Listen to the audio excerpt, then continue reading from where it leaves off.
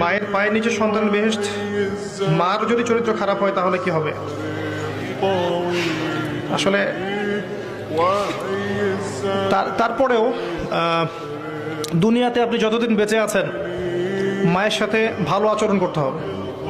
আপনার মায়ের চরিত্র খারাপই হোক আর মা কাফেরই হোক না কেন, আপনাকে তার হকটা আদায় করতে হবে। আল্লাহ পাক এটা সূরা লুকমানের মধ্যে বলেছেন। কোন সূরায়? সূরা লুকমানে বলেছেন। লুকমান হাকিমের উপদেশগুলোর মধ্যে একটাতে আছে, ওয়াইন জাহাদাকা আন তুশরিকা বিমা লাইসা লাকা বিহি ইলম ফালা তুতিউহুমা।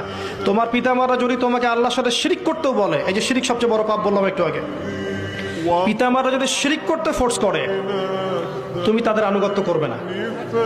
পিতামাতাও যদি তোমাকে আল্লাহর সাথে শিরিক করতে ফোর্স করে তাদের আনুগত্য করবে না। ভিডিওটা যদি আপনার ভালো লাগে একটা সাবস্ক্রাইব করে